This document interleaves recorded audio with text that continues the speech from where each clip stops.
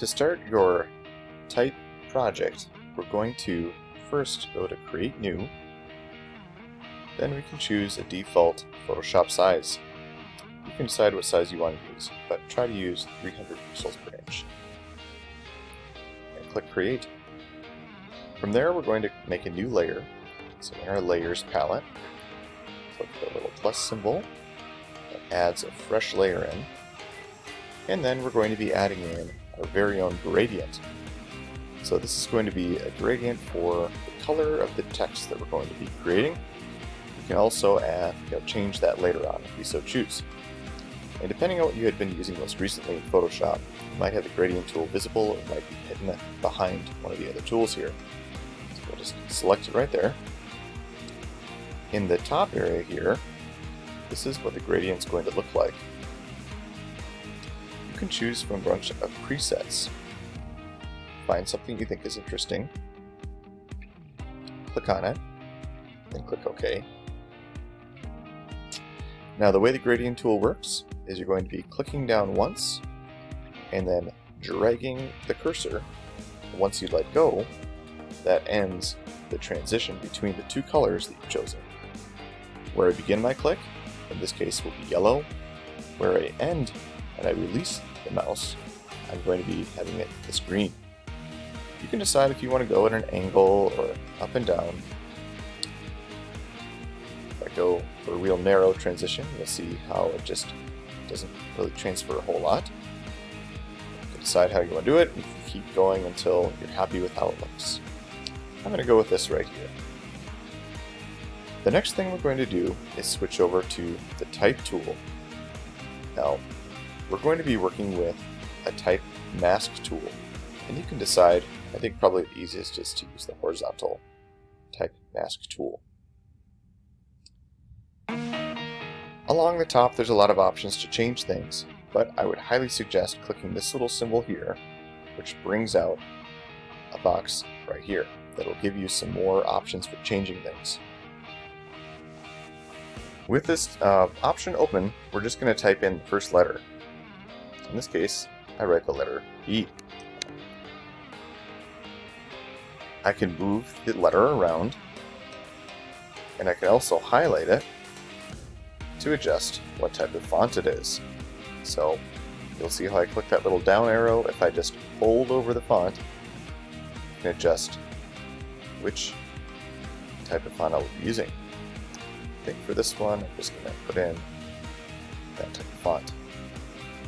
So I'm going to choose to put this kind of off to the side here so I can fit in the rest of my name, but also I can move it around afterwards too.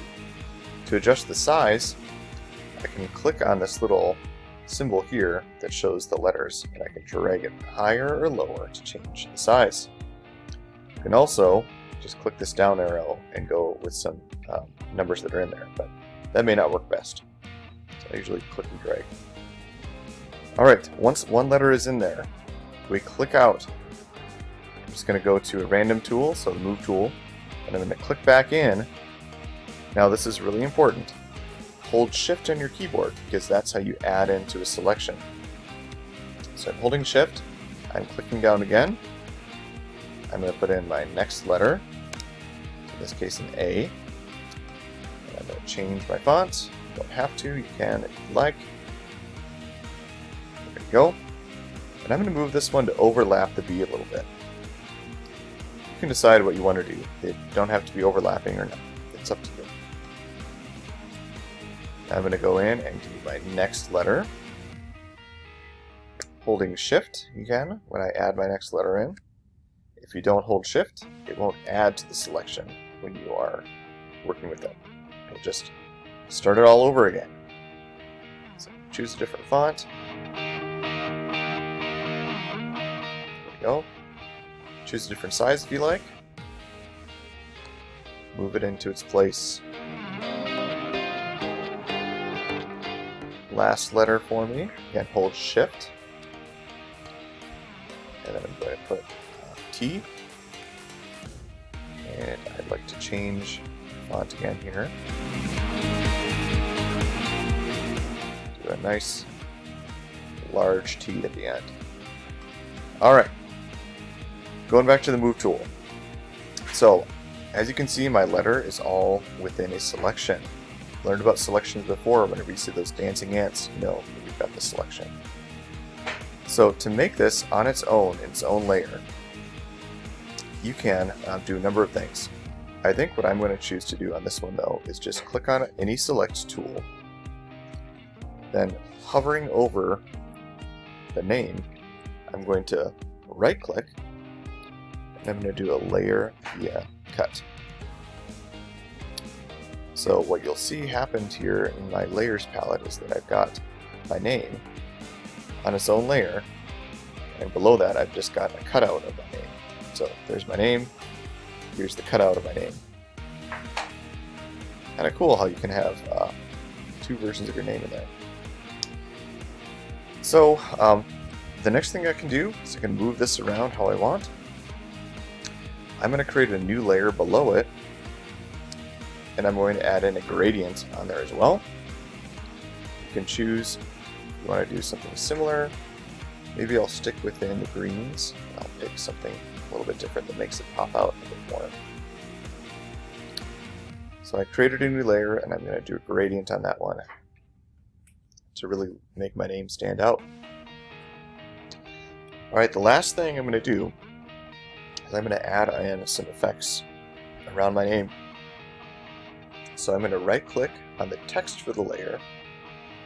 We've done that before in this class when we've been duplicating the layer. Then I'm going to go to something called blending options. In here you've got a lot of different things you can do. It's pretty cool. I think I'm going to add a stroke. A stroke is a outline around my letters. As long as I've got my letters layer selected, I can keep adding more to it. So the size changes how thick the line is around. I can change the color if I'd like. Maybe I kind of stick with something within that darker green category. Something like that. Just kind of, it's a bit darker, but still has a little bit of a hint of green. Maybe you want to try adding on drop shadow. Drop shadows are pretty fun. When you're in this menu, you can move that shadow around a little bit by changing the angle that it's coming from and having it at a distance. Really makes your letter stand out.